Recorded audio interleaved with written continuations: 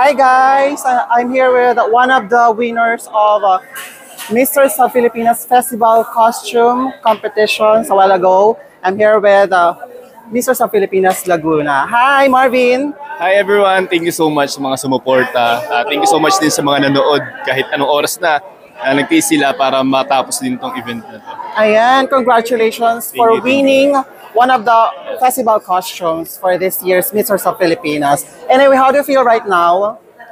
Syempre overwhelmed tapos hindi ko rin talaga siya in-expect kasi kwentuhan ko na lang kayo ng konti, no? Kasi yung preparation ko is isang beses lang ako napag-practice tapos kanina lang talaga namin natapos siya bago kami sumabak dun sa stage.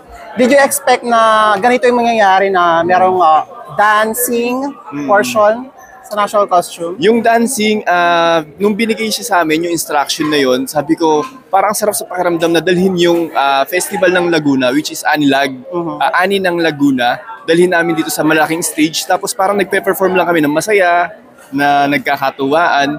Pero ayun nga, ang naging parang inspiration namin is nag-start lang kami sa parang sway, smooth lang yung flow nung sayaw namin. Tapos in the end, dun lalabas yung ano ba talaga yung nafe-feel ng mga Lagunense pagdating sa festival namin. So yun, pinakita namin na masaya kami. Pinakita namin na sobra-sobra yung biyaya o yung ani na binibigay sa amin. Pinagkakaloob sa amin. If you are going to rate your performance for this portion, rate from 1 to 10, saan ka dito? Ayun, i-rate ko yung performance ko ng 10 kasi always naman binibigay ko yung best ko. Magkamali man ako o hindi ko man mapakita sa mga tao yung pinakang ina-expect nila, at least binigay ko yung best ko.